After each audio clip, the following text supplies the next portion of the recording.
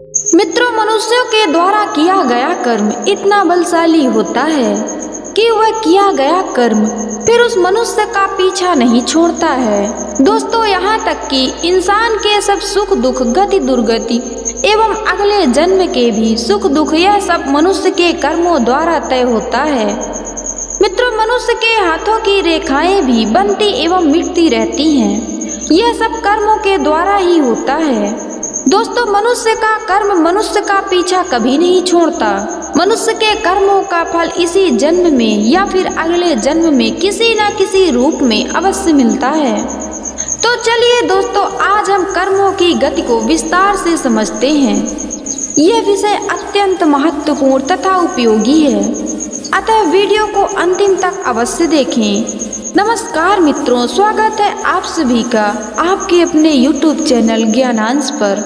दोस्तों, मनुष्य के द्वारा किया गया हर एक कर्म क्रिया रूप है और यह कर्म ऐसा है जो अपना फल देने के बाद ही समाप्त होता है। जब तक कर्म फल नहीं देता तब तक वह समाप्त नहीं होता। मित्रों, कर्मों का फल इसी जन्म में या फिर अगले जन्म में अवश्य मिलता है। कर्मों का फल एक न एक दिन अवश्य सामने आता है, इसीलिए मनुष्यों को सोच समझकर कर्म करना चाहिए। कर्म फलों से कोई नहीं बच सकता। दोस्तों, पूरे संसार में चाहे कैसी भी परिस्थितियां आ जाए, लेकिन एक पिता के सभी पुत्र एक जैसे नहीं होते। एक गुरु के सभी शिष्य एक जैसे नहीं होते। मनुष्य को एक जैसी सुख सुविधाएं, साधन, व्यवस्था, धन, वैभव आदि तरह के पदार्थ मिलने पर भी उनका व्यक्तित्व एक समान नहीं होता। जैसे घर में रहकर भी उसमें रहने वाले सभी लोग समान भाव का सुख दुख नहीं भोग पाते। किसी बड़े पद में बैठा हुआ व्यक्ति सम्मान तो प्राप्त कर लेता है, किंतु कोई दूसरा व्यक्ति उसी पद पर बैठकर वह स्थान प्राप्त नहीं कर पाता। मित्रों, बाहरी रूप से आप चाहे कितना भी ठीक कर लें, किंतु जो ईश्वर की व्यवस्था है उसे आप नहीं बदल सकते। अर्थात जो कर्मों का संविधान है वह अपना कार्य स्वयं करता है। मित्रों, इस संसार में बहुत से लोग अमीर हैं जिनको धन वैभव की कोई भी कमी नहीं है, और इसी संसार में कुछ ऐसे लोग हैं जिनको 2 वक्त का भोजन भी नसीब नहीं होता। इस संसार में कोई बहुत ही सुखी है, किंतु इस संसार में कोई बहुत ज्यादा दुखी है। किसी के पास रुपए पैसे की कमी नहीं है, हर एक सुख सुविधाएं उपलब्ध हैं, लेकिन उसके कर्म उसे ऐसा रोगी बना दिया कि चाहे कितना भी पैसा रुपया खर्च किया जाए, चाहे कितना भी इलाज किया जाए, तब भी वह रोग ठीक नहीं हो पाता और वह सब कुछ संपन्न होने के बावजूद भी उस धन वैभव को सुख से नहीं भोग पाता। मित्रों, क्या आपने कभी यह सोचा है कि ऐसा क्यों?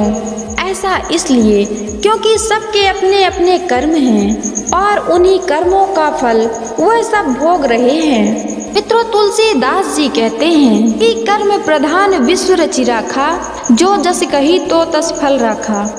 दोस्तों, यह कर्म फल ईश्वर का बनाया हुआ अटल नियम है। यह नियम स्वयं परमात्मा भी नहीं बदल सकते। इस नियम को स्वयं भगवान को ही स्वीकार करना पड़ता है।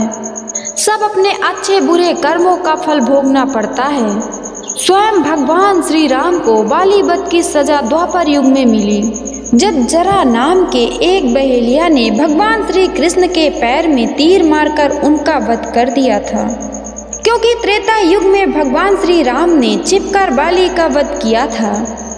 हालांकि यह भगवान की सब लीलाएं थीं, लेकिन यदि कर्म के सिद्धांत के हिसाब से देखा जाए तो यह सब कर्मों का फल ही था, जिसे स्वयं विधाता भी नहीं बदल सकते। मित्रों, सदैव ही माता पिता अपने संतान के भाग्य को ऊंचा करने की, अर्थात भाग्य को बनाने की कोशिश करते हैं और यह सोच भी लेते हैं कि हमने अपने संतान का भाग्य बना दिया। किंतु दोस्तों, यह जान लीजिए कि भाग्य लिखने वाला मनुष्य नहीं बल्कि विधाता है, क्योंकि मनुष्य जैसा कर्म करता है वैसा ही उसका भाग्य बनता है। कर्मों से ही भाग्य और दुर्भाग्य बनता है।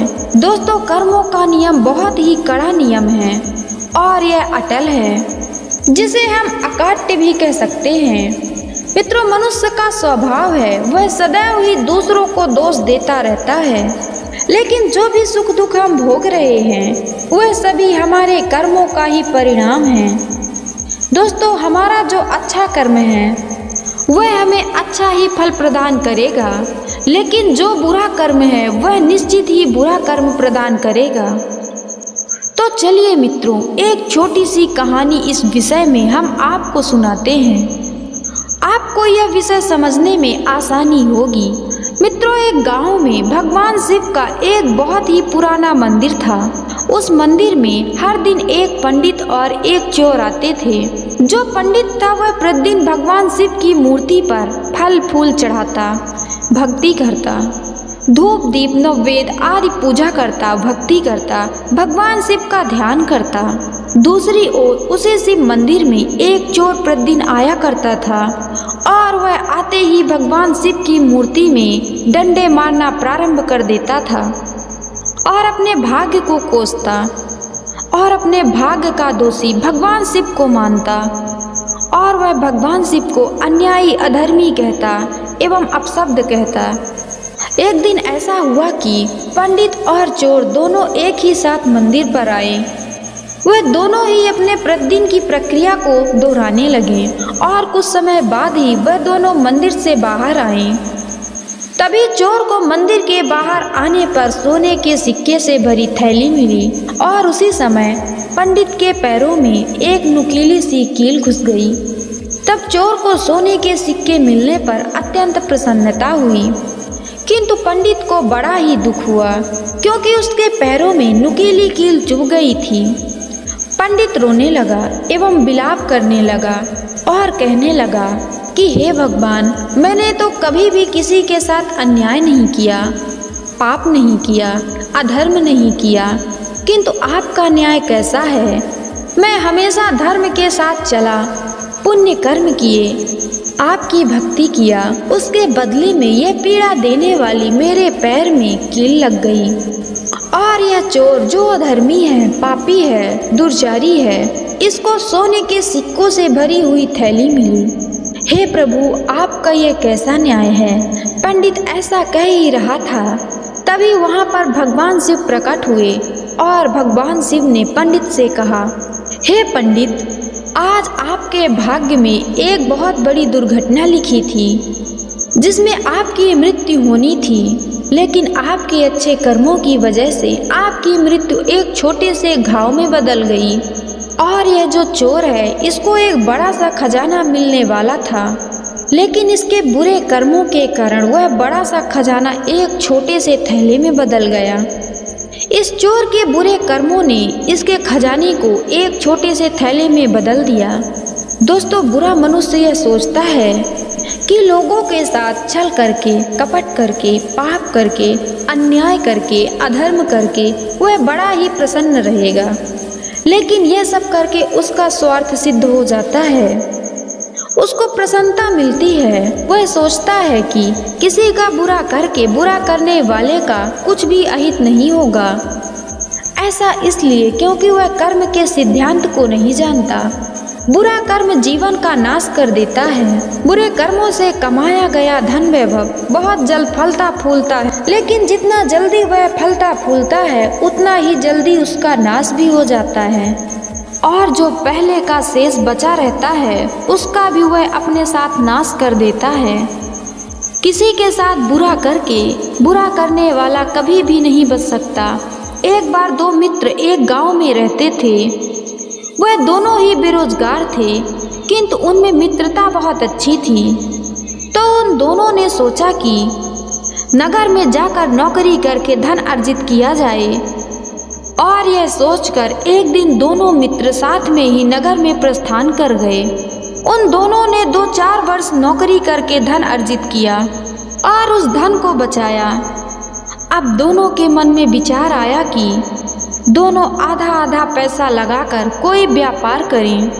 अब दोनों ही व्यापार के आधे आधे के भागीदारी बन गए। उस व्यापार से अच्छी कमाई होने लगी। तो दोनों मित्रों में से एक मित्र ने सोचा कि अगर वह अपने दूसरे मित्र को किसी भी तरह से मृत्यु के घाट उतार दे तो व्यापार का सारा मुनाफा मेरा हो जाएगा। ऐसा सोचकर उस पहले मित्र ने दूसरे मित्र को नदी में स्नान करने के लिए बुलाकर ले गया, पर वह जानता था कि दूसरे मित्र से तैरना नहीं आता। इसी का फायदा उठाकर उस पहले मित्र ने दूसरे मित्र को जहां अधिक जल था वहीं पर ले जाकर ढकेल दिया, जिससे डूबकर दूसरे मित्र की मृत्यु हो गई। अब जो पहला मित्र था, अब पूरा व्यापार उसका हो चुका था। उसने उस व्यापार से खूब धन कमाया और खूब धन कमाकर उसने सभी सुख सुविधाओं का सामान खरीदा, अच्छा सा मकान बनवाया और गांव में आकर उस दूसरे मित्र के घर वालों से झूठ बोला कि गए तो हम दोनों साथ में ही थे, परंतु नगर में जाकर हम दोनों अलग अलग हो गए। मुझे पता नहीं है कि वह कहाँ है। मैंने व्यापार किया और मैं आज इस मुकाम पर हूँ। अब बहुत सारा धन वैभव हो जाने के कारण उसमें अभिमान भी आ गया। समय व्यतीत हुआ, घर वालों ने उसका विवाह कर दिया। विवाह के 2 साल बाद उसके घर में एक पुत्र ने जन्म लिया। उस व्यक्ति ने अपने उस पुत्र को खूब पढ़ाया लिखाया, उसके सुख सुविधाओं का हर तरह से उसने ख्याल रखा। जब उस व्यक्ति का पुत्र 11-12 वर्ष का हुआ तब वह बीमार हो गया। अब अपने एक लौते पुत्र को बीमार देखकर वह व्यक्ति बड़े बड़े डॉक्टरों और वैद्यों से उसका इलाज करवाने लगा, लेकिन तब भी उसका पुत्र ठीक ना हुआ। पुत्र मोह में वह इतना फंस चुका था कि उसके इलाज के लिए उसने अपना घर, जमीन, सभी साधन और यहाँ तक कि उस व्यापार को भी उसने दूसरे को बेच दिया। और जो भी पैसा उन सबको बेचने से मिला तो उसने अपने पुत्र का इलाज करवाया, लेकिन तब भी उसका पुत्र ठीक ना हुआ। अब ऐसा दिन आ गया कि उसको 2 वक्त का भोजन भी नसीब नहीं होता था, क्योंकि सब कुछ बिक चुका था। उसको अत्यंत दुख हो रहा था। वह अत्यंत दुखी होकर एक जगह जाकर बैठा था। डॉक्टरों ने, वैद्यों ने साफ मना कर दिया था कि सेठ जी, आपका पुत्र अब कुछ दिनों का ही मेहमान है। तो पुत्र भी वहीं पर लेटा हुआ था, पत्नी बगल में बैठी हुई थी और वह सर पर हाथ रखकर दुखी होकर वह सेठ बैठा हुआ था। तभी उसके पुत्र ने अपने पिता से कहा कि क्यों पहचाना, मैं वही मित्र हूँ जिसको तुमने नदी में ले जाकर धक्का दे दिया था और जिसकी तुमने हत्या कर दी थी। तुमने मेरे साथ छल किया और मेरे साथ अन्याय किया। मैंने तुम्हारा कर्मफल बनकर तुम्हारे पुत्र के रूप में तुम्हारे घर में जन्म लिया और देखो और समझो कर्म के सिद्धांत को। आज मैं तुम्हारा नाश करके जा रहा हूँ। अब तुम्हारे पास कुछ भी नहीं है। जितना भी तुमने अधर्म से, छल से, पाप से धन वैभव को कमाया था वह आज नाश हो गया। तुमने अगर सोचा होगा कि सारा व्यापार तुम्हारा हो जाएगा, किंतु सारा व्यापार, सारा धन वैभव तुम्हारा होने के बाद भी तुम्हारा ना हुआ। कर्मफल कभी भी पीछा नहीं छोड़ता। इतना कहकर पुत्र की मृत्यु हो गई। वह व्यक्ति आश्चर्यचकित था कि आखिर ऐसा कैसे हो सकता है। लेकिन दोस्तों, कर्मफल अकाट्य है। कुछ कर्मफल मनुष्य को इसी जन्म में मिल जाते हैं, तो कुछ कर्मफल शेष रह जाते हैं जिन्हें वह व्यक्ति अगले जन्म में भोगता है। जय श्री कृष्णा। राधे राधे।